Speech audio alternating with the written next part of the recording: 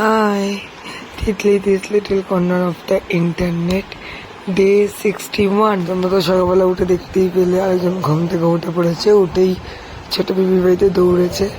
তারপরে এসে tiffin complete করে স্নান কমপ্লিট করে ওষুধ খেয়ে একটু ঘুমিয়ে নিয়ে তারপরে দুপুরবেলা উঠলো, উঠে লাঞ্চটা কমপ্লিট করলো, লাঞ্চ কমপ্লিট করে এখন খেলতে বসেছে মামামের সাথে। মাম্মাম কি একটা বেশ করেছে, মানে মাম্মামের কে গলাচ্ছে। তারপরে এই মগটা দিলাম খেলার জন্য, একটু খেললো, খেলে দিলে বিকালবেলা 3 দিন মিলে বেরোলাম, যাচ্ছি একটু ওই বাড়ি।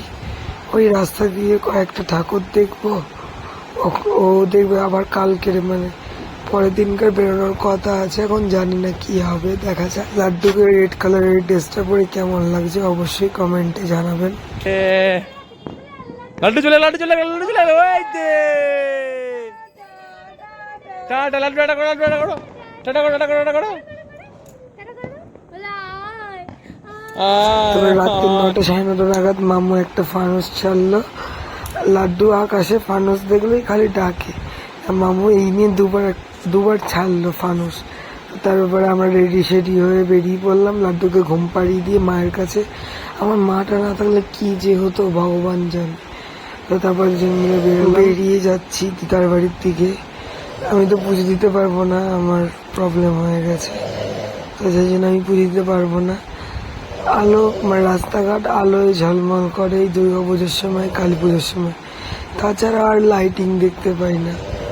তারপরে আমাদের শ্মশানকালীর মা, জয় মা শ্মশানকালী জয়।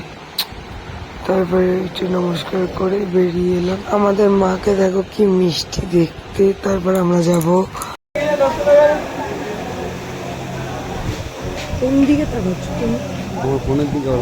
তারপর পুজো টুজো দিয়ে, আমি তো দিতে পারিনি, ও আর কি পুজোর দক্ষিণা দিয়ে আমরা বেরিয়ে এসে উত্তমের বাড়ির সামনে দিদার সাথে দেখা হয়েছে।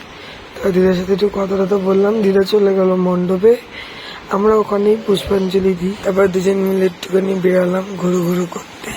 ততক্ষণ ওরা পুজোর জোগাড় কসব করে নিক। তারপর 3-4-5 জন মিলে আমরা বেরালাম। আমার মামার মেয়ে ছিল, বড় মামি ছিল, তারপর বড় মামার মেজো মামার মেয়ের জামাই ছিল, সবাই মিলে একটুখানি ঘুরলাম না। আমরা গেছিলাম বোমের কালীটা দেখতে, খুব সুন্দর করেছে। এই মাকেও খুব মিষ্টি দেখতে, দুজনকে সেম দেখতে, দুজনের মধ্যে কাউকেই তুলনা করা যায় না, দুজন দু ধরনের আর কি রূপের মতন। তো চলো আজকের মতন ভিডিও এইটুকু, চলো টাটা বাই।